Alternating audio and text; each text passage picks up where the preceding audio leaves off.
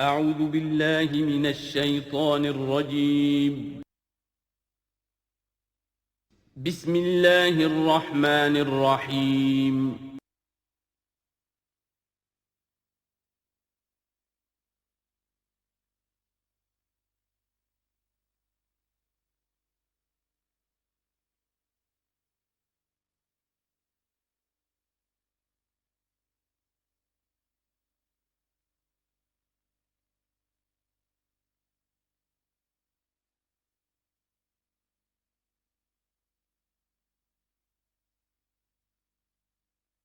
نحمده ونصلي على رسوله الكريم اما بعد فاعوذ بالله من الشيطان الرجيم بسم الله الرحمن الرحيم سيقول السفهاء من الناس ما ولاهم عن قبلتهم التي كانوا عليها قل لله المشرق والمغرب يهدي من يشاء الى صراط مستقيم صدق الله العظيم۔ اب یہ تحویل قبلہ کا مضمون براہ راست آ رہا ہے۔ اس کے لیے تمہیدی 2 رکوع ہم پڑھ چکے ہیں۔ حضرت ابراہیم کا تذکرہ جو معمار ہیں بیت اللہ کے، ابو الانبیاء ہیں، امام الناس ہیں، انہی کی ایک نسل بنی اسرائیل ہے، انہی کی ایک نسل بنی اسماعیل ہے۔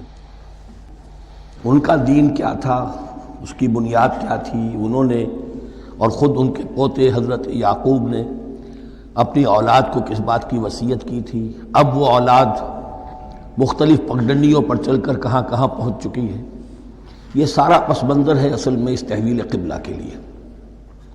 اور تحویل قبلہ پر پورے 2 رکوع آ رہے ہیں۔ اس سے بسا اوقات یہ خیال پیدا ہوتا ہے، میرے ذہن میں بھی کبھی ہوتا تھا کہ یہ ایسی بڑی بات کیا تھی جس کے لیے قرآن مجید نے اتنے شد و مد کے ساتھ اور اس قدر تفصیل کے ساتھ بلکہ تکرار کے ساتھ بات کی۔ تو اصل میں اس کو یوں سمجھیے کہ ایک خاص مذہبی ذہنیت ہوتی ہے، اور وہ مذہبی ذہنیت یہ ہوتی ہے کہ اعمال کے ظاہر پر ان کی توجہ زیادہ مرکوز ہو جاتی ہے، اعمال کی جو روح ہے زیادہ اس کی طرف توجہ نہیں ہوتی۔ عوام الناس کا معاملہ یہی ہو جاتا ہے، ظواہر پر، رسومات پر، جو ظاہری شکلیں ہیں ان کی اہمیت، جو اصل دین ہے، روح دین ہے، جو مقاصد دین ہیں، ان کی طرف توجہ نہیں ہوتی۔ نتیجہ یہ ہوتا ہے کہ ظاہر میں ذرا سا فرق انہیں بہت محسوس ہوتا ہے، ذرا سا فرق ہو گیا، کسی نے رفع دین کر لیا، قیامت آ گئی، معلوم ہوا یہ کوئی اور ہی آ گیا ہماری مسجد میں، یہ کون ہے، کسی نے آمین ذرا اونچا کہہ دیا، پھر قیامت آ گئی۔ یہ ساری چیزیں جو یہ خاص ایک ذہنیت ہوتی ہے۔ اس ذہنیت کے پس منظر میں یہ مسئلہ چھوٹا نہیں تھا۔ ایک تو یہ کہ جو قبائلی اور قومی پس منظر تھا اس کے حوالے سے سمجھیے، مکے میں جو لوگ ایمان لائے، ظاہر بات ہے ان سب کو عقیدت تھی خانہ کعبہ کے ساتھ، خود حضور کو تھی۔ آپ روتے ہوئے نکلے ہیں اور آپ نے یہ فرمایا تھا کہ اے کعبہ مجھے تجھ سے بڑی محبت ہے، لیکن تیرے یہاں کے رہنے والے مجھے یہاں رہنے نہیں دیتے۔ پھر یہ کہ وہ جو عقیدت اور محبت تھی وہ تمام اور مسلمانوں کے دلوں میں بھی تھی۔ مدینے میں آ کر آپ نے رخ بدل دیا۔ جب تک مکے میں تھے معلوم ہوتا ہے کہ حضور جب کھڑے ہوتے تھے نماز کے لیے تو آپ اس طرح کھڑے ہوتے تھے کہ بیک وقت استقبال قبلتین ہو جاتا تھا، یعنی جو جنوبی دیوار ہے، ایک طرف وہ کونا ہے جس میں حجر اسود ہے، اور دوسری طرف وہ یمانی ہے، رکن یمانی جو یمن کی طرف ہے، جنوب کی طرف ہے۔ ادھر کوئی شخص کھڑا ہوگا اور وہیں پر انہی کے درمیان جو ہے جب طواف کیا جاتا ہے تو دعا مانگی جاتی ہے، ربنا آتنا فی الدنیا حسنۃ وفی الآخرۃ حسنۃ وقنا عذاب النار۔ باقی پورے طواف میں آپ جو چاہیں دعا مانگے، لیکن یہاں یہ دعا ہے خاص۔ اب اگر کوئی شخص ادھر کھڑا ہو کر نماز پڑھ رہا ہے تو کعبہ تو سامنے ہے ہی، ٹھیک سیدھ میں یروشلم بھی ہے۔ استقبال القبلتین، ایک ہی وقت میں 2 قبلوں کی طرف رخ ہو گیا۔ مدینہ میں آ کر معاملہ بدل گیا، مدینہ درمیان میں ہے، مکہ مکرمہ اس کے جنوب میں ہے اور یروشلم اس کے شمال میں ہے۔ اب جنوب کی طرف رخ کریں گے تو پیٹھ ہوگی یروشلم کی طرف، یروشلم کی طرف رخ کریں گے تو پیٹھ ہوگی کعبے کی طرف۔ اس میں امتحان ہو گیا ان لوگوں کا جو ایمان لائے تھے کہ آیا وہ محمد الرسول اللہ صلی اللہ علیہ وسلم کے فرمان کی پیروی کرتے ہیں یا اپنی پرانی عقیدتوں اور اپنی پرانی جو روایات ہیں ان کو زیادہ اہمیت دیتے ہیں۔ اللہ کا شکر ہے جو لوگ مکے سے آئے تھے ان کی اتنی تربیت ہو چکی تھی کہ ان میں سے کسی کے لیے کوئی مسئلہ پیدا نہیں ہوا۔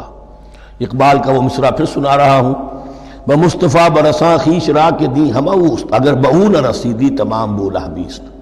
حالانکہ قرآن مجید میں کہیں منقول نہیں ہے کہ اللہ نے حکم دیا تھا، ہو سکتا ہے اللہ نے حضور کو وحی خفی کے ذریعے سے حکم دیا ہو، لیکن وحی جلی میں کہیں نہیں ہے کہ آپ کو حکم دیا گیا ہو کہ اب یروشلم کی طرف رخ کر کے نماز پڑھیے۔ یہ امتحان ہو گیا کہ رسول کا اتباع کتنا کچھ ہے۔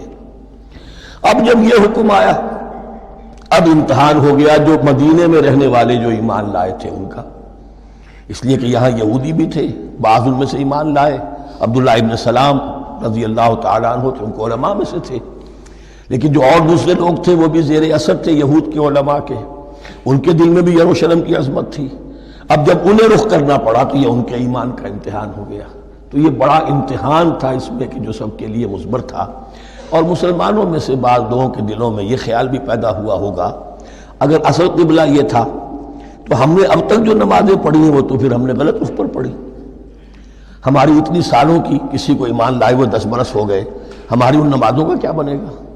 وہ نمازیں ضائع ہو گئیں تو نماز تو ایمان کا رکن رکین ہے، تو بڑی تشویش پیدا ہو گئی۔ اس کے ساتھ ہی ایک مسئلہ یہ پیدا ہوا سیاسی اعتبار سے کہ یہود اب تک تو یہ سمجھ رہے تھے کہ حضور نے اور مسلمانوں نے ہمارا قبلہ اختیار کر لیا ہے، تو گویا کہ ہمارے کیمپ فالوورز ہیں، ہمارا تو انہوں نے اتباع کیا ہے، لہذا ہمیں کوئی خاص اندیشہ نہیں ان کی طرف سے۔ لیکن اب جب قبلہ بدل گیا تو ان کے کان کھڑے ہو گئے کہ یہ تو پھر کوئی نئی اب ملت ہے اور نئی امت کی تشکیل ہو رہی ہے، لہذا ان کی طرف سے مخالفت جو تھی اس کے اندر شدت زیادہ پیدا ہو گئی۔ یہ سارے مضامین تھے کہ جو یہاں پر زیر بحث آ رہے ہیں۔ سَيَقُولُ السُّفَهَاءُ مِنَ النَّاسِ، بہت غیر معمولی ہے اس کا آغاز ہی اس آیت کا۔ ان قریب کہیں گے لوگوں میں سے احمق اور بے وقوف لوگ، ما وَلَّاهُمْ عَنْ قِبْلَتِهِمُ الَّتِي كَانُوا عَلَيْهَا، کس چیز نے پھیر دیا انہیں اس قبلے سے کہ جس پر یہ تھے، یعنی یہ 16 مہینے نماز پڑھی ہے بیت المقدس کی طرف رخ کر کے، یروشلم کی طرف، اب کس چیز نے پھیر دیا انہیں؟ قُلْ لِلَّهِ الْمَشْرِقُ وَالْمَغْرِبُ، دیکھیے وہی الفاظ جو 14ویں رکوع میں آئے تھے جو تمہید بن رہے تھے، کہہ دیجئے کہ اللہ ہی کے لیے ہے مشرق اور مغرب۔ گویا کہ شمال اور جنوب، مشرق و مغرب، شمال و جنوب، محاورے میں مشرق و مغرب زیادہ استعمال ہوتا ہے، سب اللہ کے ہیں، اللہ کسی سمت میں محدود نہیں ہے۔ یہدی من یشاء الی صراط مستقیم، وہ جس کو چاہتا ہے سیدھے راستے کی طرف ہدایت دے دیتا ہے۔ وَكَذَلِكَ جَعَلْنَاكُمْ، اب یہ خاص بات کہی جا رہی ہے، اے مسلمانوں تم اس تحویل قبلہ کو معمولی بات نہ سمجھو، یہ علامت ہے اس بات کی کہ اب تمہیں وہ حیثیت حاصل ہو گئی۔ وَكَذَلِكَ جَعَلْنَاكُمْ أُمَّةً وَسَطًا لِتَكُونُوا شُهَدَاءَ عَلَى النَّاسِ وَيَكُونَ الرَّسُولُ عَلَيْكُمْ شَهِيدًا، اب تمہارا فرض منصب یہ ہے کہ رسول نے جس دین کی گواہی تم پر دی ہے اپنے عمل سے، اپنے قول سے، اسی دین کی گواہی تمہیں دینی ہے اپنے قول سے اور اپنے عمل سے پوری نوع انسانی پر۔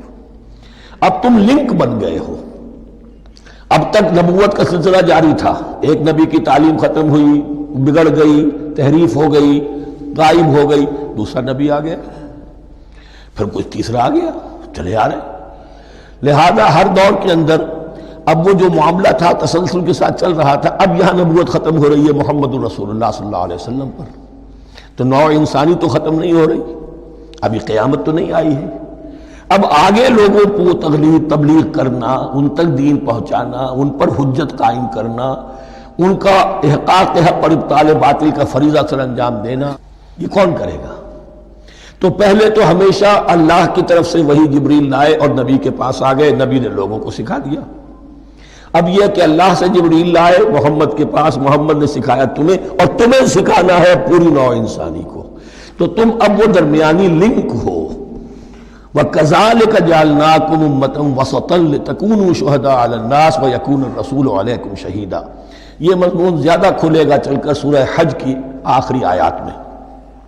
اسی طرح سے مراد یہ کہ تحویل قبلہ ایک مظہر ہے اس کا، اس سے اب تم اپنی ذمہ داریوں کا اندازہ کرو، صرف خوشیاں نہ مناؤ، جشن نہ مناؤ، بلکہ یہ کہ یہ ایک بہت بڑی ذمہ داری کا بوجھ ہے جو تم پر آ گیا۔ کبھی ہم نے اپنے بندے محمد کے کاندھوں پر جب یہ بوجھ رکھا تھا تو ان سے بھی کہا تھا صلی اللہ علیہ وسلم انا سنلقی علیک قولا ثقیلا، اے نبی ہم آپ پر ایک بھاری بات ڈالنے والے ہیں۔ وہی بھاری بات بہت بڑے پیمانے پر اب تمہارے کندھوں پر آ گئی ہے۔ وَكَذَلِكَ جَعَلْنَاكُمْ أُمَّةً وَسَطًا لِتَكُونُوا شُهَدَاءَ عَلَى النَّاسِ وَيَكُونَ الرَّسُولُ عَلَيْكُمْ شَهِيدًا وَمَا جَعَلْنَا الْقِبْلَةَ الَّتِي كُنْتَ عَلَيْهَا، اور ہم نے نہیں قرار دیا تھا اس قبلے کو جس پر کہ اے نبی آپ پہلے تھے۔ یعنی یہ دو طرح کی بات ہو سکتی ہے، وہی خفی سے اللہ نے فرمایا ہو کہ اے محمد اب کچھ عرصے کے لیے یروشلم کی طرف رخ کر کے نماز پڑھو، وہی جلی میں نہیں ہے، اور یہ بھی ہو سکتا ہے یہ حضور کا اجتہاد ہو اور اسے اللہ نے قبول فرما لیا ہو۔ دونوں باتوں کا امکان موجود ہے۔ حضور کے اجتہاد پر اگر اللہ کی طرف سے نفی نہ آئے تو وہ گویا اللہ کی طرف سے۔ وَمَا جَعَلْنَا الْقِبْلَةَ الَّتِي كُنْتَ عَلَيْهَا إِلَّا لِنَعْلَمَ مَن يَتَّبِعُ الرَّسُولَ وَمِمَّن يَنقَلِبُ عَلَىٰ عَقِبَيْهِ، اور نہیں ٹھہرایا تھا ہم نے اس قبلے کو جس پر کہ آپ رہے ہیں مگر یہ جاننے کے لیے کہ کون ہے، یہ ظاہر کرنے کے لیے کہ کون ہے کہ جو اتباع کرتے ہیں رسول کا صلی اللہ علیہ وسلم، اور وہ کون ہے کہ جو اپنی ایڑیوں کے بل لوٹ جاتے ہیں۔ یعنی مدینے میں آ کر اگر کوئی مکے کا مسلمان کہتا صاحب یہ قبلہ مجھے قبول نہیں ہے، وہ واپس ہو جاتا، ایسا ہوا نہیں۔ اور اب جب مکے کی طرف رخ ہو گیا ہے تو کوئی انصار میں سے، کوئی مدینے میں جو ایمان لائے ان میں سے کسی نے کہا کہ ٹھیک ہے جی ہمارا قبلہ وہ تھا، اب آپ نے اپنا قبلہ بدل دیا، آپ کا راستہ اور ہمارا راستہ اور، نہیں، وہ تمام کے تمام مسلمان ان آزمائشوں میں کامیاب ہوئے۔ وَإِن كَانَتْ لَكَبِيرَةً إِلَّا عَلَى الَّذِينَ هَدَى اللَّهُ، اور واقعہ یہ ہے یقیناً یہ بہت بڑی بات تھی، اس طرح قبلے کے اندر تبدیلی قبول کر لینا آسان بات نہیں ہوتی، بڑا حساس مسئلہ ہوتا ہے، مگر ان کے لیے کہ جن کو اللہ نے ہدایت دی۔ وَمَا كَانَ اللَّهُ لِيُضِيعَ إِيمَانَكُمْ، اور اللہ ہرگز تمہارے ایمان کو ضائع کرنے والا نہیں ہے۔ ایمان سے یہاں مراد نماز جو ہے الصلاۃ عماد الدین، وہ جو تشویش ہو گئی تھی کہ ہماری ان نمازوں کا کیا بنے گا جو ہم نے 16 مہینے پڑھی ہیں بیت المقدس کی طرف رخ کر کے۔ وَمَا كَانَ اللَّهُ لِيُضِيعَ إِيمَانَكُمْ، اس وقت وہ حکم تھا رسول کا، وہ اللہ کے ہاں مقبول ہے، اس وقت یہ حکم ہے جو تمہیں رسول کی معرفت مل رہا ہے، اب تم اس کی پیروی کرو۔ ان اللہ بالناس لرؤوف الرحیم، یقیناً اللہ تعالیٰ تو انسانوں کے حق میں بہت ہی شفیق ہے اور بہت ہی رحیم ہے۔ قد نرى تقلب وجهك في السماء، معلوم ہوتا ہے خود حضور کو انتظار تھا اس فیصلے کا، اور معلوم ہوتا ہے کہ آپ پر بھی شاخ گزر رہا تھا یہ وقفہ کہ جس میں نماز پڑھتے ہوئے پیٹھ ہو رہی تھی بیت اللہ کی طرف، تو آپ بار بار آپ کی نگاہیں آسمان کی طرف اٹھتی تھی کہ کب وحی آئے، کب جبرائیل حکم لے کر آئیں۔ قد نرى تقلب وجهك في السماء، اے نبی ہم نے آپ کے چہرے کا بار بار آسمان کی طرف اٹھنا دیکھ لیا ہے۔ فَلَنُوَلِّيَنَّكَ قِبْلَةً تَرْضَاهَا، اس آیت میں بڑی شفقت، بڑی محبت، بڑی عنایت ہے محمد الرسول اللہ صلی اللہ علیہ وسلم کے لیے اللہ کی طرف سے، تو ہم بدلے دیتے ہیں، پھیرے دیتے ہیں قبلہ جو آپ کو پسند ہے۔ ظاہر بات ہے کہ حضور کو جو محبت تھی اور جو بھی آپ کو ایک رشتہ قلبی تھا بیت اللہ کے ساتھ، فَلَنُوَلِّيَنَّكَ قِبْلَةً تَرْضَاهَا، ہم بدلے دیتے ہیں، بدل دیں گے قبلہ اسی طرف جو آپ کو پسند ہے۔ فَوَلِّ وَجْهَكَ شَطْرَ الْمَسْجِدِ الْحَرَامِ، تو بس اب پھیر دیجئے اپنے رخ کو مسجد حرام کے رخ پر۔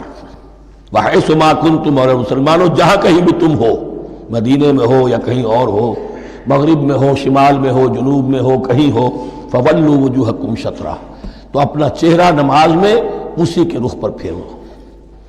وَإِنَّ الَّذِينَ أُوتُوا الْكِتَابَ لَيَعْلَمُونَ أَنَّهُ الْحَقُّ مِنْ رَبِّهِمْ، اور جن لوگوں کو کتاب دی گئی تھی وہ جانتے ہیں کہ یہ حق ہے ان کے پروردگار کی طرف سے۔ تورات میں بھی یہ مذکور تھا کہ اصل قبلہ ابراہیمی وہی تھا، اس لیے کہ یروشلم تو تعمیر کیا ہے حضرت ابراہیم سے کوئی 1000 سال کے بعد حضرت سلیمان نے۔ یہ جو بھی ہیکل سلیمانی ہے کم سے کم 1000 برس کا فصل ہے حضرت ابراہیم میں حضرت سلیمان میں۔ تو حضرت ابراہیم کا قبلہ کون سا تھا؟ تو وہ بھی مولانا امین احسن اصلاحی صاحب نے اردو میں ترجمہ کیا ہے مولانا حمید الدین فراہی کی کتاب کا، اور وہ بہت اہم ہے اس موضوع کو سمجھنے کے لیے۔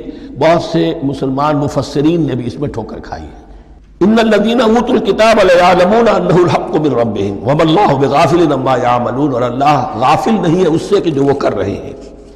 وَلَئِنْ أَتَيْتَ الَّذِينَ أُوتُوا الْكِتَابَ بِكُلِّ آیَةٍ مَا تَبِعُوا قِبْلَتَكَ، اے نبی آپ ان اہل کتاب کو اگر تمام دلائل بھی دے دیں گے، تمام نشانیاں بھی دکھا دیں گے، تب بھی یہ آپ کے قبلے کی پیروی نہیں کریں گے۔ وَمَا أَنْتَ بِتَابِعٍ قِبْلَتَهُمْ، اور نہ ہی اب آپ پیروی کرنے والے ہیں ان کے قبلے کی۔ یہ تو لکم دینکم ولی دین والا معاملہ ہو گیا۔ وَمَا بَعْضُهُمْ بِتَابِعٍ قِبْلَةَ بَعْضٍ، حد یہ ہے کہ یہ خود جو ہے آپس میں ایک دوسرے کے قبلے کی پیروی نہیں کرتے۔ یعنی نصارہ اور یہود اگرچہ یروشلم سب کا قبلہ ہے، لیکن عین یروشلم میں جا کر جو یہودی ہیں وہ مغربی گوشے کو اختیار کرتے تھے، مغرب کی طرف رخ کرتے تھے ہیکل سلیمانی میں، اور جو نصارہ ہے وہ مشرق کی طرف، اس لیے کہ حضرت مریم سلام علیہا نے جو اعتکاف کیا تھا مکاناً شرقیہ، وہ جو مکان تھا ان کا جہاں اعتکاف تھا، جہاں فرشتہ ان کے پاس آیا ہے، وہ ہیکل کے کسی شرقی گوشے میں تھا، تو انہوں نے عیسائیوں نے اسی کو اپنا شرقی گوشے کو قبلہ بنا لیا۔ وَلَئِنِ اتَّبَعْتَ أَهْوَاءَهُمْ، اور اے نبی اگر بالفرض آپ نے ان کی خواہشات کی پیروی کی، من بعد ما جاءك من العلم، اس کے بعد کہ آپ کے پاس العلم صحیح علم آ چکا ہے، إِنَّكَ إِذًا لَّمِنَ الظَّالِمِينَ، تو آپ بھی پھر ظلم کرنے والوں میں سے ہو جائیں گے، معاذ اللہ۔ الذین آتیناہم الکتاب یعرفونہ کما یعرفون ابناءہم، جن لوگوں کو ہم نے کتاب دی، یعنی تورات اور انجیل کے جو صحیح ماننے والے ہیں، یہ نکتہ یہاں نوٹ کر لیجئے، تورات اور انجیل کے ماننے والوں میں سے غلط کاروں کے لیے مجہول کا صیغہ آتا ہے، اوتوا الکتابہ، جنہیں کتاب دی گئی تھی، اور جو ان میں سے ٹھیک تھے، صحیح رخ پر تھے، ان کے لیے معروف کا صیغہ ہوتا ہے جنہیں کتاب ہم نے دی تھی۔ یہ انداز جو ہے معروف اور مجہول کا، یہ آپ دیکھیں گے کہ فرق ہوگا، جہاں ان کی کسی غلط بات کا تذکرہ ہوگا الذین اوتوا الکتاب، اور جہاں اچھی بات کا تو وہاں یہ کہ جو آتیناہم الکتاب، الذین آتیناہم الکتاب یعرفونہ کما یعرفون ابناءہم، وہ ایسے ہی پہچانتے ہیں اس کو۔ ہو کی ضمیر قبلے کی طرف بھی ہے، اور ہو کی ضمیر محمد الرسول اللہ کی طرف بھی ہے، ہو کی ضمیر قرآن کی طرف بھی ہے، ایسے پہچانتے ہیں جیسے اپنے بیٹوں کو۔ وَإِنَّ فَرِيقًا مِّنْهُمْ، اور یقیناً ان میں سے ایک گروہ وہ ہے لَيَكْتُمُونَ الْحَقَّ وَهُمْ يَعْلَمُونَ، جو جانتے بوجھتے حق کو چھپاتے ہیں۔ الحق من ربک، یہ حق ہے آپ کے رب کی طرف سے، فَلَا تَكُونَنَّ مِنَ الْمُمْتَرِينَ، تو آپ ہرگز نہ بنے شک کرنے والوں میں۔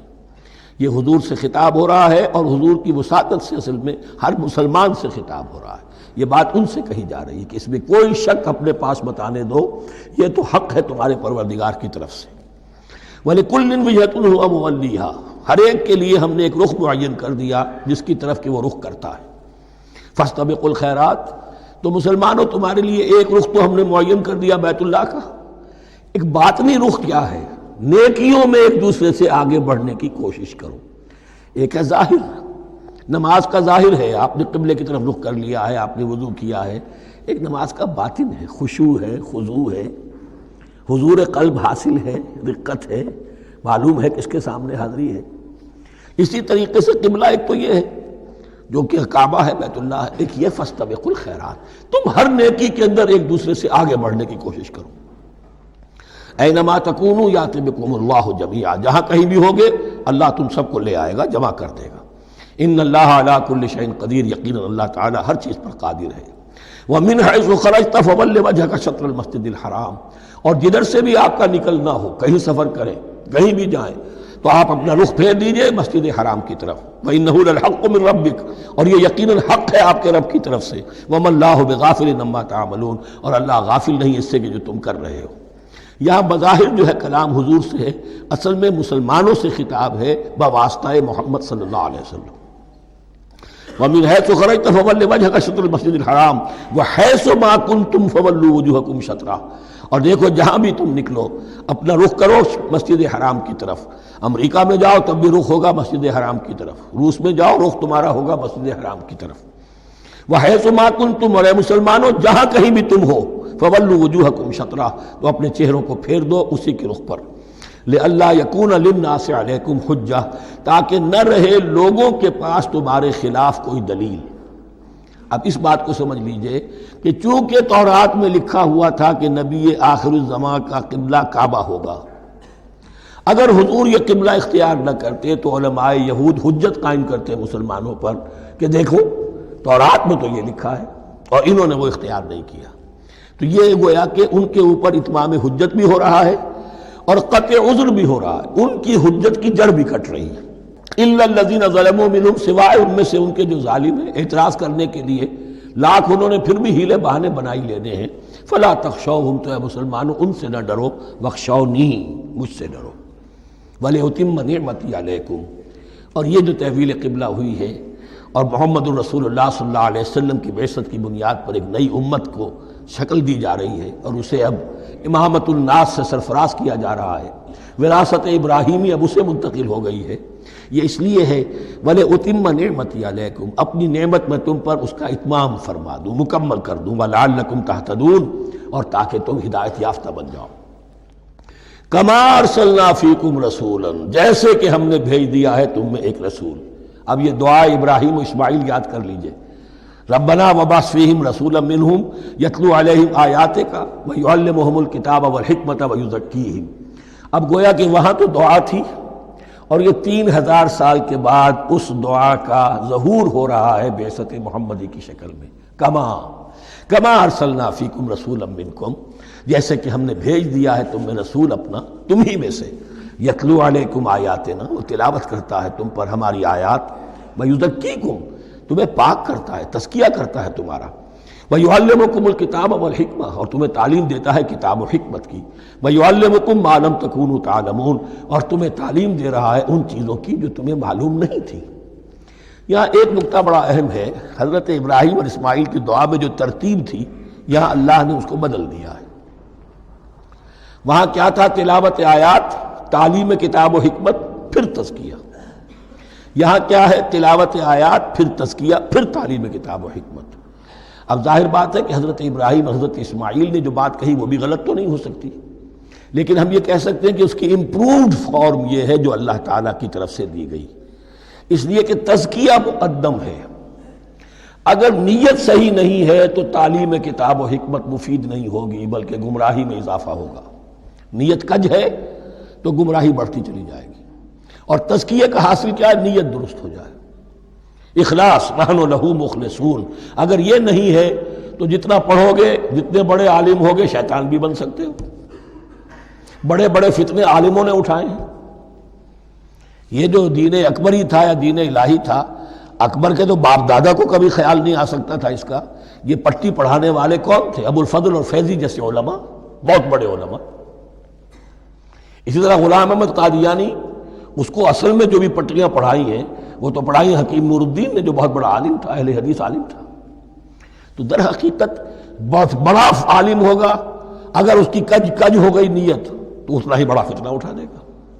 اس پہلو سے تزکیہ مقدم ہے، اور اس کا ثبوت یہ ہے، یہی مضمون سورہ آل عمران میں آیا، یہی مضمون پھر سورہ جمعہ میں آئے گا. وہاں بھی ترتیب یہی ہے، تینوں جگہ پر اللہ کی طرف سے ترتیب یہی ہے. یتلو علیکم آیاتنا ویزکیکم، تمہیں ہماری آیات پڑھ کر سنا رہا ہے اور تمہارا تزکیہ کرتا ہے. ویعلمکم الکتاب والحکمہ، اور اس تزکیے کے بعد پھر تعلیم کتاب و حکمت. ویعلمکم ما لم تکونوا تعلمون، اور تمہیں سکھا رہا ہے جو کچھ علم تمہیں حاصل نہیں تھا. فاذکرونی اذکرکم، بس مجھے یاد رکھو، میں تمہیں یاد رکھوں گا. یہ بہت بڑا میثاق ہے اور بہت بڑا وعدہ ہے، بہت بڑا وعدہ. اور یہاں تک حدیث میں پھر اس کی شرح آئی ہے، میرا بندہ اگر مجھے اپنے دل میں یاد کرتا ہے میں بھی اسے اپنے جی میں یاد کرتا ہوں. اور میرا بندہ اگر میرا ذکر کسی محفل میں کرتا ہے تو میں اس سے بہت اعلیٰ محفل میں اس کا ذکر کرتا ہوں. اس کی محفل تو بہت بلند و بالا ہے، ملأ اعلیٰ کی محفل ہے، فرشتے ملائکہ مقربین کی محفل ہے. خدا خود میر محفل بود اندر لامکا خسرو، محمد شمع محفل بود شب جائے کہ من بودم. اب خسرو کس عالم میں تھے جب یہ شعر کہہ گئے ہیں؟ تو بہرحال ہے تو صحیح، ایک محفل تو ہے. میں اس سے بڑی بہتر محفل میں ان کا تذکرہ کرتا ہوں. فاذکرونی اذکرکم واشکروا لی ولا تکفرون، اور میرا شکر کرو، میری نعمتوں کا ادراک کرو، اس کا شعور حاصل کرو، اس پر زبان سے بھی شکر ادا کرو، اپنے عمل سے بھی، جوارح سے بھی ان نعمتوں کا حق ادا کرو. یہاں وہ 18 رکوع ختم ہو گئے، نصف اول اس سورہ مبارکہ کا مکمل ہو گیا۔ اب آگے سے خطاب ہے یا ایھا الذین آمنوا، ایک نئی امت آ گئی، چارٹر اس کا آ گیا۔ کیوں بنایا گیا تمہیں؟ لتکونوا شہداء علی الناس ویکون الرسول علیکم شہیدا، تم اب لنک ہو ہمیشہ ہمیشہ کے لیے محمد اور پوری نوع انسانی کے درمیان۔ اسی لیے وہ حدیث بھی تو ہے جو علماء حق ہوتے ہیں ان کے بارے میں فرمایا علماء امتی کا انبیاء بنی اسرائیل، میری امت کے علماء کا مقام وہی ہے جو بنی اسرائیل کے علماء کا، اس لیے کہ اب نبوت تو ختم ہو گئی محمد پر صلی اللہ علیہ وسلم، لیکن یہ کتاب تو ہے، اس کا پہنچانا تو ہے، اس کو عام تو کرنا ہے، حجت تو قائم کرنی ہے، اور صرف تبلیغ سے نہیں عمل کر کے دکھانا ہے، وہ نظام قائم کر کے دکھانا ہے جو محمد عربی نے قائم کیا صلی اللہ علیہ وسلم، تب حجت قائم ہوگی۔ اس کے لیے تمہیں قربانیاں دینی ہوں گی، مشکلیں جھیلنی ہوں گی، جان و مال کا نقصان برداشت کرنا ہوگا، آرام سے گھر بیٹھے ٹھنڈے پیٹوں کفر جگہ نہیں چھوڑ دے گا اور حق نہیں آ جائے گا۔ کفر کو ہٹانے کے لیے اور باطل کو ختم کرنے کے لیے اور حق کو قائم کرنے کے لیے تن من دھن تمہیں لگانے ہوں گے۔ اب دیکھیے وہ کال آ رہی ہے، یا ایھا الذین آمنوا استعینوا بالصبر والصلاۃ، یہی وہ الفاظ تھے کہ وہ جو 7 آیتیں تھیں جن کو میں نے کہا تھا خطاب میں بنی اسرائیل میں وہ بمنزلہ فاتحہ ہیں، ان میں الفاظ آئے تھے واستعینوا بالصبر والصلاۃ وانھا لکبیرۃ الا علی الخاشعین الذین یظنون انہم ملاقو ربہم وانہم الیہ راجعون۔ اب وہی خطاب یہاں ہو رہا ہے، یا ایھا الذین آمنوا استعینوا بالصبر والصلاۃ، یہ میں بیان وہاں کر چکا ہوں، ان اللہ مع الصابرین، جان لو کہ اللہ صبر کرنے والوں کے ساتھ ہے۔ اس بیعت سے کیا مراد ہے؟ ایک بات تو متفق علیہ ہے، اللہ کی مدد، اللہ کی تائید، اللہ کی نصرت ان کے شامل حال ہے۔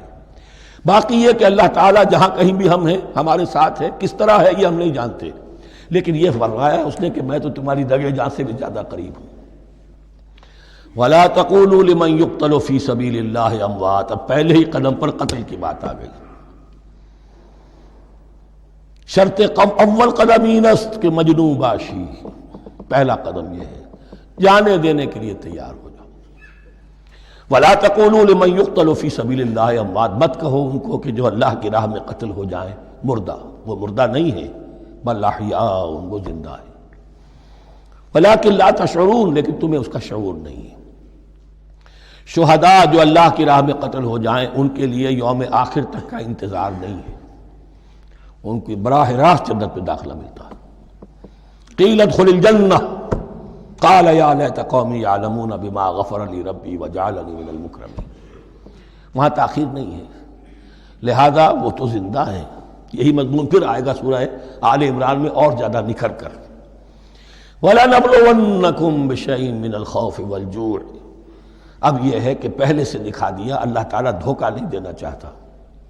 دیکھ لو جس راہ میں قدم رکھا ہے اب آزمائشیں آئیں گی، تکلیفیں آئیں گی، رشتہ دار ناراض ہوں گے، بیوی شوہر سے لڑے گی، شوہر بیوی سے لڑے گا، اولاد والدین سے جدا ہوگی، یہ سب کچھ ہوگا، فساد ہوگا، فتور ہوگا، تصادم ہوگا، جان و مال کا نقصان ہوگا۔ وَلَنَبْلُوَنَّكُمْ، ہم لازماً آزمائیں گے تمہیں، بِشَيْءٍ مِّنَ الْخَوْفِ، خوف کی کیفیت سے، وَالْجُوعِ، بھوک، فاقے، کیسے کیسے فاقے آئے ہیں، کیا ہوا ہے غزوہ احزاب میں، کیا ہوا ہے جو اس سے کے بعد جو جیش العسرہ ہے، تبوک کی جنگ ہے۔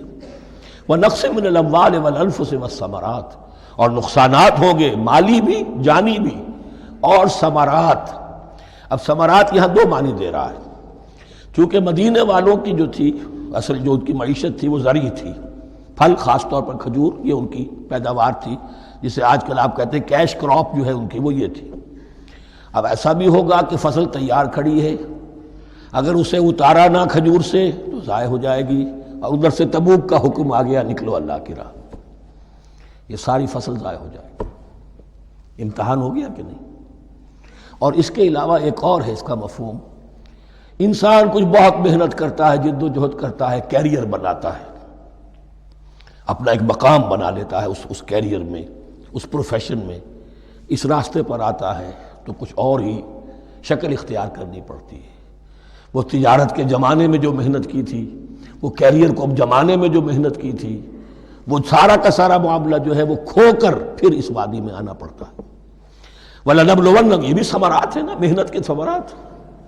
وَلَنَبْلُوَنَّكُمْ بِشَيْءٍ مِّنَ الْخَوْفِ وَالْجُوعِ وَنَقْصٍ مِّنَ الْأَمْوَالِ وَالْأَنفُسِ وَالثَّمَرَاتِ وَبَشِّرِ الصَّابِرِينَ، اور اے نبی بشارت دیجئے صابروں کو، صبر کرنے والوں کو۔ یہ کون ہے؟ الذین اذا اصابتہم مصیبۃ، وہ لوگ کہ جن کو جب بھی کوئی مصیبت آئے قالوا انا للہ وانا الیہ راجعون، وہ کہتے ہیں ہم اللہ ہی کے تو ہیں، اللہ ہی کی طرف ہمیں لوٹ جانا ہے، کل بھی جانا تھا، آج چلے جائیں، حاضر ہیں، جتنی جلدی بلا لو۔ نشان مرد مومن باتوں گویم جو مرگ آیا تبسم مر لبے اوست، مرد مومن کی تو نشانی یہی ہے کہ جب موت آئے تو مسرت کے ساتھ اس کے چہرے پر، اس کے ہونٹوں پر مسکراہٹ ہو۔ یہ ایمان جو میں نے کہا تھا لٹمس ٹیسٹ یہ ہے کہ بندہ مومن اس دنیا میں زیادہ رہنے کی خواہش نہیں کر سکتا۔ لائف از اے لائبلٹی، جو لمحہ آ رہا ہے اس کا حساب دینا ہوگا، تو جتنی عمر بڑھ رہی ہے حساب بڑھ رہا ہے۔ It's not an asset, it's a liability. اور الدنیا سجن المومن و جنت الکافر، یہ تو مومن کے لیے ایک قید خانہ ہے، ہاں کافروں کی جنت ہے۔ وَبَشِّرِ الصَّابِرِينَ الَّذِينَ إِذَا أَصَابَتْهُمْ مُصِيبَةٌ قَالُوا إِنَّا لِلَّهِ وَإِنَّا إِلَيْهِ رَاجِعُونَ أُولَٰئِكَ عَلَيْهِمْ صَلَوَاتٌ مِّن رَّبِّهِمْ وَرَحْمَةٌ، یہ ہیں وہ لوگ کہ جن پر ہر وقت اللہ کی عنایتوں کا نزول ہوتا رہتا ہے اور رحمت کی بارش ہوتی رہتی ہے۔ وَأُولَٰئِكَ هُمُ الْمُهْتَدُونَ، اور یہی لوگ ہیں ہدایت یافتہ جنہوں نے واقعتاً ہدایت کو اختیار کیا ہے۔ اور جو ایسے مرحلے پر ٹھٹک کر کھڑے رہ جائیں، پیچھے رہ جائیں، پیچھے بیٹھ جائیں، پیٹھ موڑ لیں، وہ گویا کہ ختم ہوا ان کا معاملہ۔ اب چونکہ اس معاملے میں بحث ہو گئی تھی خانہ کعبہ کی بھی، پھر اسی میں مقام ابراہیم کی بات آ گئی تھی، تو کچھ ذہنوں میں سوال پیدا ہوا کہ یہ جو حج کے مناسک میں صفا اور مروہ جو ہے یہ بھی تو آخر اسی کا تو ان کی کیا حقیقت ہے، کوئی حقیقت ہے یا نہیں؟ فرمایا ان الصفا والمروہ من شعائر اللہ، یہ بھی اللہ کے شاعر میں سے ہے۔ شاعر کسے کہتے ہیں؟ وہ چیز جو شعور بخشے، تو وہ چیزیں کہ جن کے ساتھ اولو العزم پیغمبروں یا اولو العزم انسانوں، اولو العزم اولیاء اللہ کے کچھ حالات و واقعات کا کوئی ذہنی سلسلہ قائم ہوتا ہو، وہ گویا کہ شعور دلانے والے ہوتے ہیں، یاد دلانے والے ہوتے ہیں، اللہ تعالیٰ کی طرف ذہن کو لے جانے والے ہوتے ہیں، اس اعتبار سے شاعر۔ ان الصفا والمروہ من شعائر اللہ فمن حج البیت او اعتمر فلا جناح علیہ ان یطوف بہما، تو جو کوئی بھی ہمارے گھر کا حج کرے، بیت اللہ کا حج کرے یا عمرہ کرے، اعتمر، فلا جناح علیہ، تو کوئی حرج نہیں ہے اس پر، ان یطوف بہما، کہ ان دونوں کا بھی طواف کرے، وہ جو 7 چکر لگائے جاتے ہیں، ان الصفا والمروہ۔ ومن تطوع خیرا، جو شخص جان بوجھ کر بھلا کام کرتا ہے، فإن اللہ شاکر علیم، تو جان لو اللہ بڑا قدردان ہے۔ اب شکر انسان کرتا ہے تو اس کے معنی کیا ہوں گے؟ احسان مند ہونا۔ وہی شکر اللہ کرتا ہے شکور، اس کے کیا معنی ہوں گے؟ قدردانی، میرے بندے نے یہ کام کیا، میرے بندے نے میرے لیے یہ محنت کی، یہ قربانی دی۔ ان اللہ شاکر علیم، اور جانتا ہے، چاہے کسی اور کو پتہ نہ چلے اسے تو معلوم ہے۔ اگر تم نے اللہ کی رضا جوئی کے لیے کسی کو کوئی مالی مدد دی ہے اس حال میں کہ جو کچھ داہنے ہاتھ نے دیا ہے بائیں کو بھی خبر نہیں ہونے دی، کجا یہ کہ کسی اور انسان کے سامنے اس کا تذکرہ ہو، تو اب یہ جو ہے اللہ کے تو علم میں ہے۔ اگر تو اللہ سے اجر و ثواب چاہتے ہو تو اس کا ڈنڈورا پیٹنے کی کوئی ضرورت نہیں، اور اگر تم نے لوگوں کو دکھانے کے لیے کیا تھا تو وہ تو شرک ہو گیا، لائبلٹی ہو گئی۔ ان الذین یکتمون ما انزلنا من البینات، اب یہاں پھر کچھ آخری یوں سمجھیے کہ یہ اب جس کو کہتے ہیں موپنگ اپ آپریشن، بات مضمون تو پورا ختم ہو گیا لیکن کچھ نہیں صحیح چیزیں ابھی ہیں سابقہ امت مسلمہ کے بارے میں کہنے کی، وہ مزید ایڈ کی جا رہی ہیں۔ ان الذین یکتمون ما انزلنا من البینات والہدی من بعد ما بیناہ للناس فی الکتاب اولئک یلعنهم اللہ یلعنهم اللاعنون، یقیناً وہ لوگ جو چھپاتے ہیں اس شے کو جو ہم نے نازل کی ہے بینات میں سے اور ہدایت میں سے، اس کے بعد کہ ہم نے ان کو واضح کر دیا ہے لوگوں کے لیے کتاب میں، وہ لوگ ہیں کہ جن پر لعنت کرتا ہے اللہ، اور لعنت کرتے ہیں تمام لعنت کرنے والے۔ یعنی علم ایک بہت بڑی جو ہے امانت ہے، اس علم کا چھپانا، کتمان حق، ہم آیت پڑھ آئے ہیں ومن اظلم ممن یکتم شہادۃ عندہ من اللہ، اگر اللہ کی طرف سے کوئی گواہی کسی کے پاس ہے اور وہ اسے چھپا لے تو اس سے بڑا ظالم کون ہوگا؟ اب انہی کی وضاحت ہو رہی ہے، کیسی کیسی کھلی شہادتیں تورات اور انجیل میں تھیں اور ان کو یہ چھپائے پھر رہے ہیں۔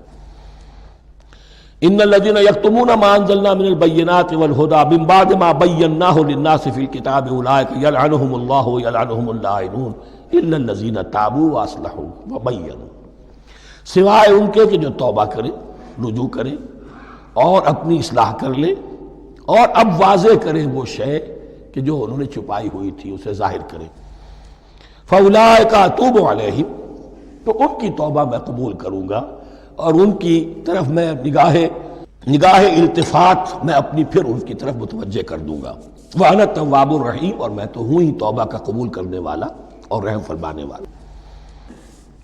إِنَّ الَّذِينَ كَفَرُوا وَمَاتُوا وَهُمْ كُفَّارٌ، یقیناً جن لوگوں نے کفر کیا اور وہ مرے اسی حال میں کہ کفر پر قائم تھے، أُولَٰئِكَ عَلَيْهِمْ لَعْنَةُ اللَّهِ وَالْمَلَائِكَةِ وَالنَّاسِ أَجْمَعِينَ، ان پر تو لعنت ہے اللہ کی بھی اور فرشتوں کی بھی اور تمام انسانوں کی بھی۔ خالدین فیہا، اس لعنت کی کیفیت میں وہ اب ہمیشہ رہیں گے۔ لا یخفف عنہم العذاب، نہ ان پر سے عذاب کے اندر کوئی کمی کی جائے گی، ولا ہم ینظرون، نہ انہیں کوئی مہلت ملے گی کہ عذاب کا تسلسل ذرا سی دیر کے لیے وقفہ ہو جائے، سانس لینے کی مہلت مل جائے۔ ولا ہم ینظرون۔ وَإِلَٰهُكُمْ إِلَٰهٌ وَاحِدٌ، سن لو تمہارا الہ اور معبود ایک ہی الہ ہے۔ لا الہ الا هو الرحمن الرحیم، اس کے سوا کوئی الہ نہیں ہے اور وہ رحمان ہے اور رحیم ہے۔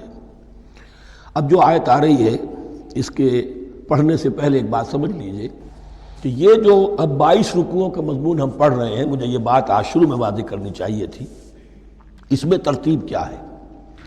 میں پہلے عرض کر چکا ہوں کہ پہلے 18 رکوعوں کی تقسیم ورٹیکل کی ہے ہم نے، 18 کو 4 رکوع ادھر، 10 درمیان میں، پھر 4 ادھر۔ یہاں اب چلے گی ہاریزونٹل تقسیم، افقی تقسیم، اور اس کی بھی شکل کیا ہے کہ 4 مضامین ہیں کہ جو تانے بانے کے ساتھ بنے ہوئے ہیں، یا 4 لڑیاں ہیں مضمون کی کہ جن کو بٹ کر رسی بنا دیا گیا۔ وہ 4 مضامین کیا ہیں؟ مسلمانوں سے خطاب میں ان کے لیے عبادات اور احکام اور شرائع، یہ واجب ہے، یہ کرنا ہے، یہ حلال ہے، یہ حرام ہے، نماز فرض ہے، روزہ فرض ہے، وغیرہ وغیرہ۔ اور 2 لڑیاں جہاد، جہاد بالمال، جہاد بالنفس۔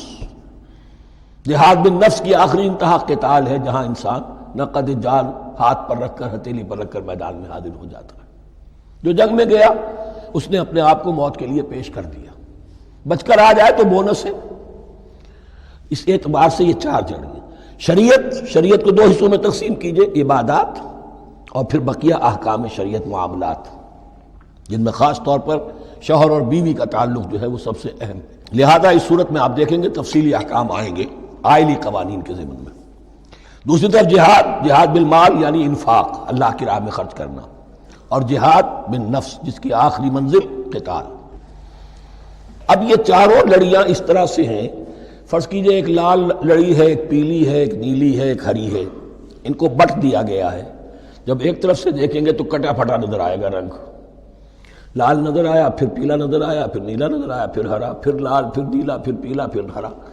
تو ایسا معلوم ہوگا جیسے کٹے پھٹے ہیں مضامین۔ لڑیاں کھول دیجئے، معلوم ہوگا ایک لڑی وہ بھی بڑی مسلسل ہے، جہاد بالمال کی، ایک لڑی ہے جہاد بالنفس یعنی قتال کی، ایک لڑی ہے جو عبادات کی، ایک لڑی ہے معاملات کی اور شریعت کے احکام کی۔ یہ 4 لڑیاں، اور یہ تانے بانے کی طرح بنی ہوئی ہیں، لیکن اسی بنتی میں بہت بڑے حسین پھول موجود ہیں۔ طویل آیات، عظیم ترین آیات قرآن مجید کی، ان میں سے اب ایک آیت یہاں آ رہی ہے۔ اس کو میں نے عنوان دیا ہے آیت الآیات۔ ان فی خلق السماوات والارض واختلاف اللیل والنہار والفلک التی تجری فی البحر بما ينفع الناس وما انزل اللہ من السماء من ماء فاحیا به الارض بعد موتها وبث فیہا من کل دابۃ وتصریف الریاح والسحاب المسخر بین السماء والارض لآیات لقوم یعقلون۔ اتنے فینومینا آف نیچر کسی ایک آیت میں جمع نہیں ہے قرآن۔ اللہ تعالیٰ تمام فینومینا آف نیچر کو اپنی آیتیں قرار دیتا ہے۔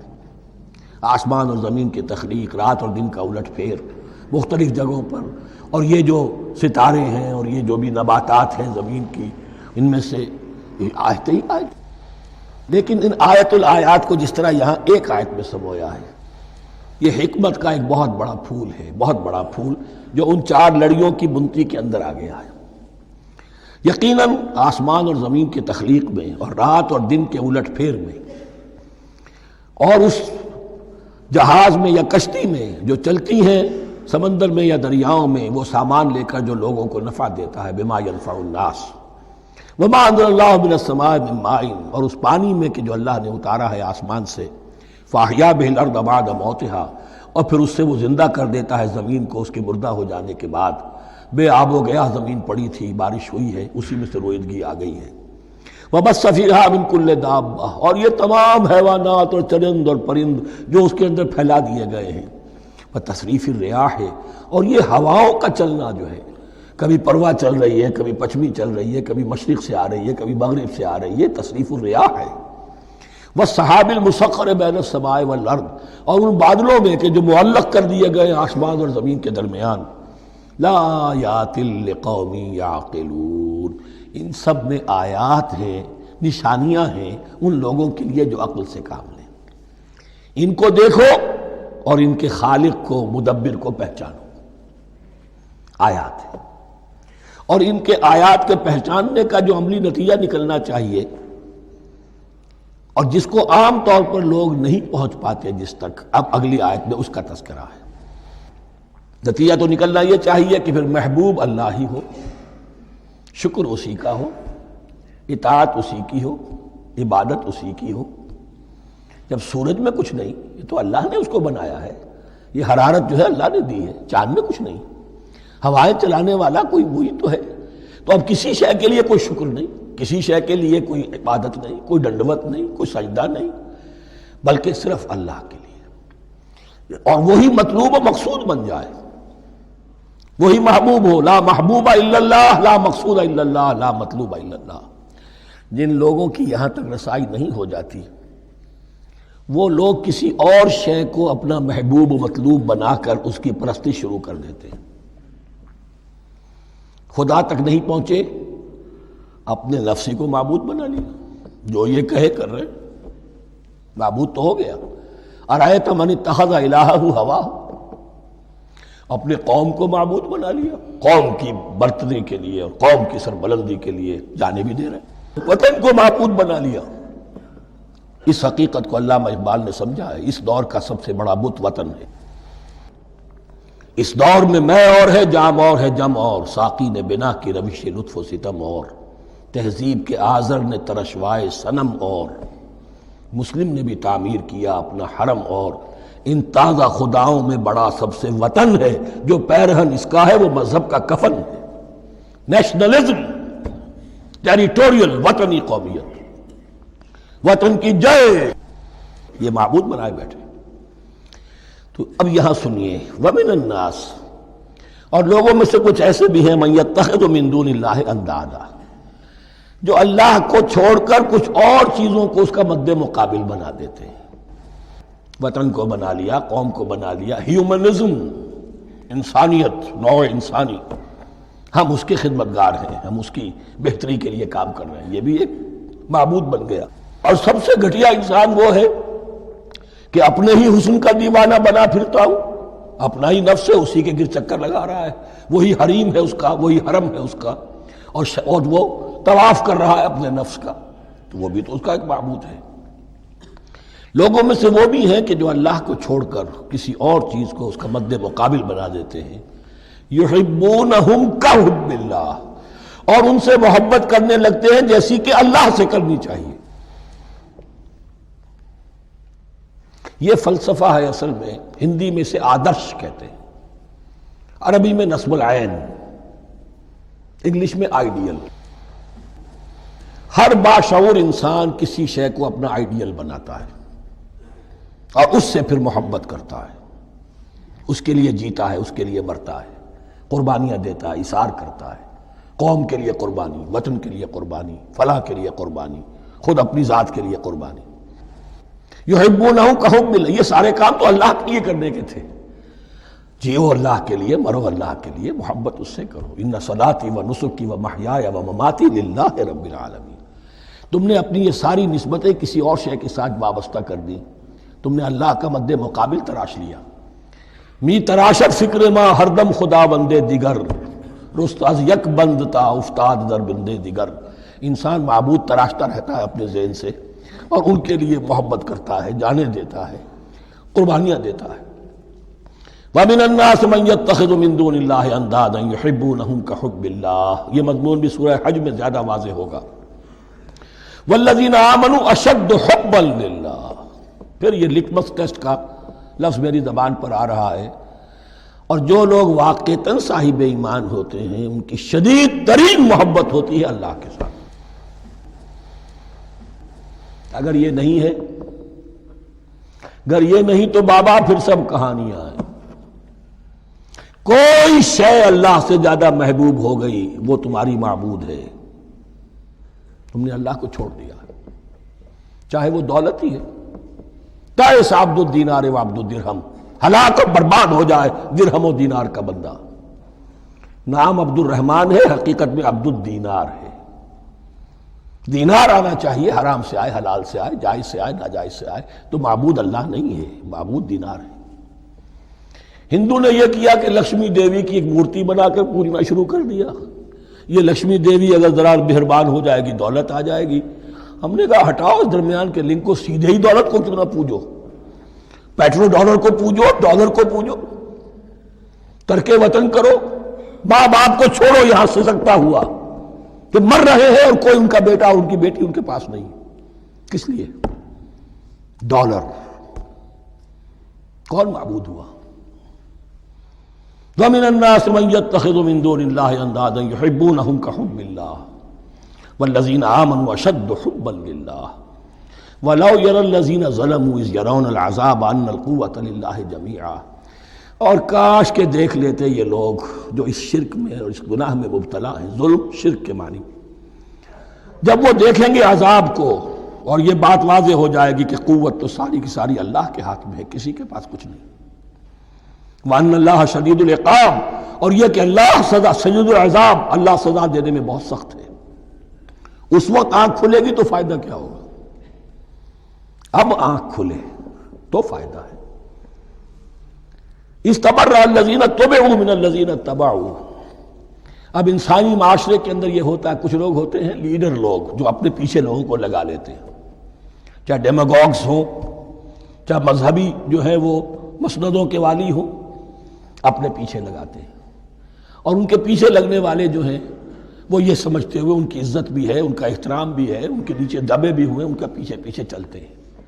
قیامت کے دن وہ تبرہ کریں گے کہ تم نے ہمیں مروایا، ہم تمہاری پیروی کرتے رہے، ہم نے سمجھا تم جو کہہ رہے ہیں وہ ٹھیک ہے، ہم نے تمہیں اپنا لیڈر مانا۔ اب وہ اعلان برات کریں گے، اللہ ہمارا ان سے کوئی تعلق نہیں۔ استبرأ الذین اتبعوا، اور اس کے جواب میں پھر وہ کریں گے ہمارا تم سے کوئی تعلق نہیں۔ اس روز کے جن لوگوں کا اتباع کیا گیا تھا دنیا میں، لیڈر لوگ، وہ ان لوگوں سے جنہوں نے پیروی کی تھی ان سے تبرہ کریں گے۔ وَرَأَوُا الْعَذَابَ وَتَقَطَّعَتْ بِهِمُ الْأَسْبَابُ، اور وہ دیکھ لیں گے عذاب کو، نگاہوں کے سامنے جہنم آ جائے گی اور تمام رشتے منقطع ہو جائیں گے۔ یوم یفر المرء من اخیہ وامہ وابیہ وصاحبتہ وبنیہ لکل امرئ منہم یومئذ شأن یغنیہ یود المجرم لو یفتدی من عذاب یومئذ ببنیہ وصاحبتہ واخیہ وفصیلتہ التی تؤویہ ومن فی الارض جمیعا ثم ینجیہ۔ ہر انسان چاہے گا میرے باپ کو، بیٹے کو، بھائی کو، ماں کو، بیوی کو، اولاد کو، تمام انسانوں کو جھونک دو جہنم میں، خدا کے لیے کسی طرح مجھے بچا لو۔ تقطعت بہم الاسباب، سارے رشتے منقطع ہو جائیں گے، جن رشتوں کی وجہ سے حرام کو حلال اور حلال کو حرام کر رہے ہو، جن کی دلجوئی کے لیے حرام کی کمائی کرتے ہو، جن کی دلجوئی کے لیے دین کے راستے سے آگے نہیں بڑھ رہے ہو، دین کے راستے میں بیوی ناراض نہ ہو جائے، گھر والے ناراض نہ ہو جائیں. وتقطعت بهم الاسباب، یہ سارے رشتے یہیں تک کے لیے ختم ہو جائیں. وقال الذین اتبعوا، اور جو ان کے پیروکار تھے وہ کہیں گے لو ان لنا کرۃ، اگر کہیں ہمیں دنیا میں لوٹنا نصیب ہو جائے، فنتبرأ منہم کما تبرؤوا منا، تو ہم بھی ان سے اسی طرح برات کریں گے جیسے آج یہ ہم سے برات کر رہے ہیں. کذالک یریہم اللہ اعمالہم حسرات علیہم، اس طرح اللہ ان کو دکھائے گا ان کے اعمال حسرتیں بن جائیں گی. کاش کہ ہم نے سمجھا ہوتا، کاش کہ ہم نے ان کی پیروی نہ کی ہوتی، کاش کہ ہم نے ان کو اپنا لیڈر اور اپنا ہادی اور رہنما نہ مانا ہوتا. وما ہم بخارجین من النار، لیکن وہ اب آگ سے نکلنے والے نہیں ہوں گے. یا ایھا الناس کلوا مما فی الارض حلالا طیبا ولا تتبعوا خطوات الشیطان انہ لکم عدو مبین. اے لوگو، زمین میں جو کچھ حلال اور طیب ہے، حلال ہے اور پاک ہے، صاف ستھری چیز اور حلال چیز، وہ کھاؤ، اور شیطان کے نقش قدم کی پیروی نہ کرو. انہ لکم عدو مبین، یقیناً وہ تمہارے لیے کھلا دشمن ہے. یہ بحث اصل میں کھلے گی سورہ انعام میں جا کر. وہاں عرب میں یہ رواج تھا، بتوں کے نام پر کوئی جانور چھوڑ دیتے تھے. اس ہندوؤں میں بھی تھی رواج، ہم نے تو بچپن میں دیکھا ہے. کوئی سانڈ چھوڑ دیا، کسی کے کان جو ہے وہ چیر دیے، یہ فلاں بت کے لیے ہے، فلاں دیوی کے لیے ہے. اب اسے کوئی کچھ نہیں کہہ سکتا تھا، وہ جہاں چاہیں وہ منہ ماریں جا کر ان کا، اور پھر ان کا ظاہر بات ہے ان کا گوشت کیسے کھایا جا سکتا تھا. تو عرب میں بھی یہ رواج تھے، اور ابھی تک اس کے کچھ نہ کچھ ریزیڈول ایفیکٹس تھے. آباء و اجداد کی جو رسمیں چلی آ رہی ہوں وہ آسانی سے جو ہے وہ چھوٹتی نہیں ہے، کچھ نہ کچھ اثرات رہتے ہیں، جیسے آج تک ہمارے ہاں ہندوانہ اثرات موجود ہیں. تو ایسے لوگوں سے کہا جا رہا ہے کہ یہ تمام حرمتیں جو تمہارے ان لوگوں نے مشرکین نے بنا لی تھی، یہ جانور حرام، یہ جانور حرام ہو گیا، اسے فلاں کے نام پر نامزد کیا ہے، اس اونٹ کی جو ہے اتنی اونٹنیوں کے ساتھ جفتی ہو چکی ہے، اب بس اس کو خالی کر دو، چھوڑ دو، نہ اس کے اوپر سواری کی جائے گی اور نہ اس کا گوشت کھایا جائے گا. یہ کوئی نہیں ہے. جو چیز حلال ہے اصلاً اور طیب ہے، کھاؤ. انما یامرکم بالسوء والفحشاء، یقیناً شیطان تمہیں حکم دیتا ہے بدی کا اور بے حیائی کا. وان تقولوا علی اللہ ما لا تعلمون، اور اس کا کہ تم کہو اللہ کی طرف نسبت کر کے جو تم جانتے نہیں ہو کہ اللہ نے حرام کیا. بھائی تمہیں کہاں معلوم؟ کوئی دلیل لاؤ، کسی کتاب میں دکھاؤ کہ اللہ نے یہ چیز حرام کر دی. وَإِذَا قِيلَ لَهُمُ اتَّبِعُوا مَا أَنزَلَ اللَّهُ قَالُوا بَلْ نَتَّبِعُ مَا أَلْفَيْنَا عَلَيْهِ آبَاءَنَا، اور جب ان سے کہا جاتا ہے اتباع کرو اس کی جو اللہ نے نازل کیا ہے. قالوا، وہ کہتے ہیں بل نتبع ما الفینا علیہ آباءنا، ہم تو پیروی کریں گے اس کی جس پر ہم نے پایا اپنے آباء و اجداد کو. اب لو کان آباؤہم لا یعقلون شیئا ولا یہتدون، کیا وہ اپنے آباء و اجداد ہی کی پیروی کرتے رہیں گے، خواہ ان کے آباء و اجداد نہ کسی بات کو سمجھ پائے ہوں نہ ہدایت یافتہ ہوئے. میں نے عرض کر دیا تھا کہ سورہ بقرہ میں جہاں دعوت تیسرے رکوع کی پہلی آیت شروع ہوئی، یا ایھا الناس اعبدوا ربکم الذی خلقکم والذین من قبلکم لعلکم تعقلون، وہ بھی تو مخلوق تھے جیسے تم مخلوق ہو، تم سے خطا ہو سکتی ہے ان سے بھی ہوئی، تم غلطی کر سکتے ہو انہوں نے بھی کی. ومثل الذین کفروا کمثل الذی ینطق بما لا یسمع الا دعاء ونداء. یہاں ذرا تمثیل کے اندر ایک پیچیدگی ہے کہ بظاہر ترجمہ تو یہ ہوگا کہ مثال ان لوگوں کی جنہوں نے کفر کیا اس شخص کی سی ہے جو پکار رہا ہے ایسی چیز کو جو نہ سنتا ہے نہ سمجھتا ہے. ہاں یہ پتہ چلتا ہے کہ کچھ پکار رہا ہے، جانور ہوتے ہیں انہیں اور کیا سمجھ میں آتا. تو یہاں پہ اصل میں تمثیل میں مراد یہ ہے کہ حضور صلی اللہ علیہ وسلم اور مسلمان ان لوگوں کو جو سمجھانے کی کوشش کر رہے ہیں ان میں سے کچھ ایسے بھی ہیں کہ جو کچھ نہیں سمجھتے. دعا اور ندا تو ہے، صم بکم عمی فہم لا یعقلون، لیکن وہ بہرے بھی ہیں، گونگے بھی ہیں، اندھے بھی ہیں، وہ عقل سے کام نہیں لیتے. یا ایھا الذین آمنوا کلوا من طیبات ما رزقناکم، اے اہل ایمان کھاؤ ان تمام پاکیزہ چیزوں میں سے جو ہم نے تمہیں دی ہیں. واشکروا للہ، اللہ کا شکر ادا کرو، ان کنتم ایاہ تعبدون، اگر تم واقعتاً اسی کی عبادت کرنے والے ہو. جیسا کہ میں نے عرض کیا سورہ الانعام میں یہ ساری چیزیں آئیں گی اور تفصیل سے. انما حرم علیکم المیتۃ والدم ولحم الخنزیر وما اہل بہ لغیر اللہ. بنیادی طور پر اللہ تعالیٰ نے وہ کھانے کے جو اہل عرب میں اس وقت رائج تھے ان میں سے 4 چیزوں کی حرمت کا اعلان کیا ہے بار بار. مکی صورتوں میں بار بار ہوا ہے اور یہاں پھر یہ مدنی صورت کے اندر گویا کہ آخری بار. انما حرم علیکم المیتۃ، اللہ نے تم پر حرام کیا مردار کو، جو اپنی آپ موت مر گیا، ذبح نہیں کیا گیا، والدم، اور خون حرام ہے، نجس ہے۔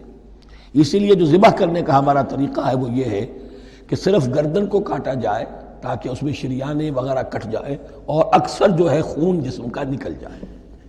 اگر جھٹکا کیا جائے جیسے سکھ کرتے تھے، ایک ہی تلوار کے وار سے گردن اڑا دی بکری کی، یا یہ کہ جیسے کہ یورپ وغیرہ میں ہوتا ہے، تو پھر وہ خون اندر رہ جاتا ہے جسم کے، اس کے اندر پھر وہ اینٹھن نہیں ہوتی اس حیوان کے جسم میں کہ جس سے خون جو ہے وہ باہر چلا جائے، تو وہ لحم الخنزیر، اور تیسری چیز ہے خنزیر کا گوشت، اور چوتھی چیز وما اہل بہ لغیر اللہ، اور وہ کہ جس پر پکارا گیا ہو کسی کا نام اللہ کے سوا۔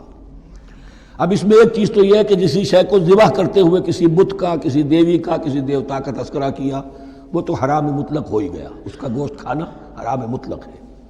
لیکن اسی کے تابع یہ ہوگا کسی بزرگ کا قرب حاصل کرنے کے لیے اس کے مزار پر لے جا کر وہاں ذبح کیا جا رہا ہے، پوچھیں گے تو ہم تو اللہ کے لیے ذبح کر رہے ہیں، تو اللہ کے لیے تو اپنے گھر میں بھی کر سکتے تھے ذبح، یہاں کیوں لائے ہو؟ اس کو تم نے کسی اعتبار سے اس صاحب قبر کا جو ہے اس کا تقرب حاصل کرنے کا ذریعہ بنایا۔ یہ چیزیں بھی اسی کے تابع ہو جائیں گی۔ اللہ کے لیے کرنا تو ہر جگہ کر سکتے ہو، ہم تو صرف ایصال ثواب کے لیے کر رہے ہیں، تو اپنے گھر میں بیٹھ کر کرو گے تو کیا ایصال ثواب نہیں ہو جائے گا؟ ٹھیک ہے اللہ، ہم یہ خرچ کر رہے ہیں، ہم نے یہ جانور ذبح کیا ہے تیرے لیے، اس کا ثواب جو ہے فلاں کو پہنچا دے۔ یہ ہے چار چیزیں بنیادی طور پر۔ فمن اضطر غیر باغ ولا عاد، ان میں بھی ایک رعایت ہے، اگر کوئی مضطر ہو گیا ہے، مجبور ہو گیا ہے، جان نکل رہی ہے اور کوئی شے کھانے کو نہیں، لیکن دو شرطیں پوری ہو، غیر باغ ولا عاد، وہ اس حرام کی طرف رغبت نہ رکھتا ہو، اور نہ جو ناگزیر حد ہے جان بچانے کی اس سے آگے بڑھے۔ صرف جان بچانے کے لیے مردار کا گوشت بھی کھا سکتا ہے، سور کا گوشت بھی کھا سکتا ہے، جو بھی چاہے، جان بچانے کے لیے یہ رک سکتے ہیں، لیکن اس شے کی طرف کوئی رغبت اور میلان طبیعت میں نہ ہو۔ یہ اللہ تو جانتا ہے، اگر تو معاملہ اس سے ہے تو اس سے تو چھپی ہوئی بات نہیں ہے، اور جتنا ناگزیر ہے جان بچانے کے لیے اس سے آگے نہ بڑھے۔ فلا اثم علیہ، ان دو شرطوں کے ساتھ جان بچانے کے لیے حرام چیز بھی کھائی جا سکتی ہے۔ ان اللہ غفور الرحیم، یقیناً اللہ غفور الرحیم ہے۔ ان الذین یکتمون ما انزل اللہ من الکتاب ویشترون بہ ثمنا قلیلا، یقیناً وہ لوگ جو چھپاتے ہیں اس کو جو اللہ نے نازل کیا ہے کتاب میں سے اور فروخت کرتے ہیں انہیں بہت حقیر سی قیمت پر، اولئک ما یاکلون فی بطونہم الا النار، یہ لوگ نہیں بھر رہے اپنے پیٹوں میں مگر آگ۔ ولا یکلمہم اللہ یوم القیامہ، اللہ ان سے کلام نہیں کرے گا قیامت کے دن۔ ولا یزکیہم، نہ انہیں پاک کرے گا۔ ولہم عذاب علیم، ان کے لیے دردناک عذاب ہے۔ اولئک الذین اشتروا الضلالۃ بالہدی، یہ ہیں وہ لوگ کہ جنہوں نے ہدایت دے کر ضلالت خرید لی ہے، والعذاب بالمغفرہ، اور مغفرت اللہ کی اپنے ہاتھ سے دے کر عذاب خرید لیا ہے۔ فما اصبرہم علی النار، تو کتنا ہے ان کا حوصلہ آگ کے لیے، بڑے صابر ہیں اس جہنم کی آگ کے لیے، کس طرح تیاری کر رہے ہیں۔ ذالک بان اللہ نزل الکتاب بالحق، یہ اس لیے کہ اللہ نے تو کتاب نازل کی حق کے ساتھ۔ وان الذین اختلفوا فی الکتاب لفی شقاق بعید، اور یقیناً جن لوگوں نے کتاب اور شریعت میں پھر یہ پگڈنڈیاں نکالی، اختلاف کی، وہ بڑی ہی دشمنی میں اور بڑی ہی شقاوت کے اندر مبتلا ہو گئے۔ بارک اللہ لی ولکم فی القرآن العظیم ونفعنی وإیاکم بالآیات والذکر الحکیم۔